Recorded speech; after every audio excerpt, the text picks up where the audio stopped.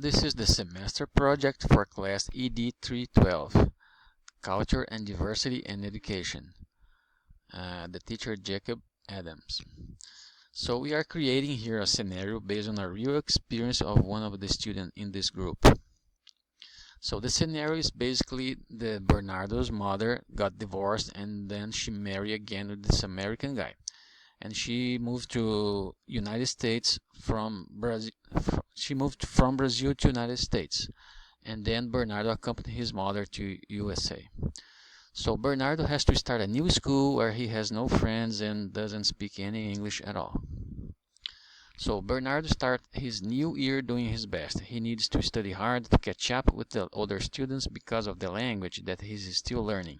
Many things was different from Brazil. Sometimes he even felt out of a place. So Bernardo and the other students feel Bernardo doesn't mingle with them and may also slow down the class a little bit because teacher has to spend more time with him because he needs more attention because he's still learning English. So they start to bully him, especially Frank, that sometimes even push him physically. When they have some group activities in class, they don't want to group with Bernardo because they still have problems in communication with him. So from Bernardo's perspective, he was fine until he got pushed physically. He knew that he has a lot of things to overcome, but when they pushed him physically, he thought they overcoming their boundaries. So he tried to solve the problem by taking it to the teacher. When nothing seems to solve the problem, he complained at home. The teacher's perspective, she thought it was nothing because it was just a kid's fight. When parents complained to her, she just paid more attention the following days and gave Frank a sermon. But she thought that this would just solve by itself as the time goes by.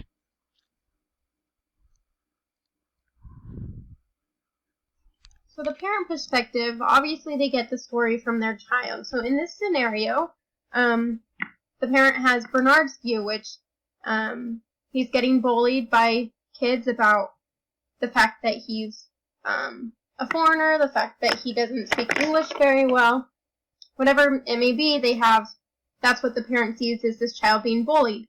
And so, as a parent, they've gone and talked to the teacher and don't feel like it's gotten any better or anything that has changed. That the bullying may even get worse. So then they decide to kind of take it in their own hands, because all parents, they kind of have this mother-hen instinct of wanting to take care of their child, and so the parent might teach the child how to defend themselves, how to stick up for themselves, to not give in to this bullying so that it might get a little better. Where in this case, it caused a scenario where Bernard punched the bully Frank, and but as a parent, they were just wanting to get their child to stick up for themselves to hopefully change the scenario for them. So from the parent's perspective, since Bernard was taking karate lessons since a year ago, his father thought about a payback plan to solve the problem. This is how the plan to punch Frank came about. So father and son got together to plan how this is going to be done. So the instructions from the father to Bernardo was that Bernardo should never tell that this idea comes from his father. His father didn't want anyone to know that he counseled him to beat Frank. So as you punch him, run to the principal and tell the truth. Since nobody did anything to help you, you had to do something. So this is the line from Bernardo to tell the principal after punching the Frank.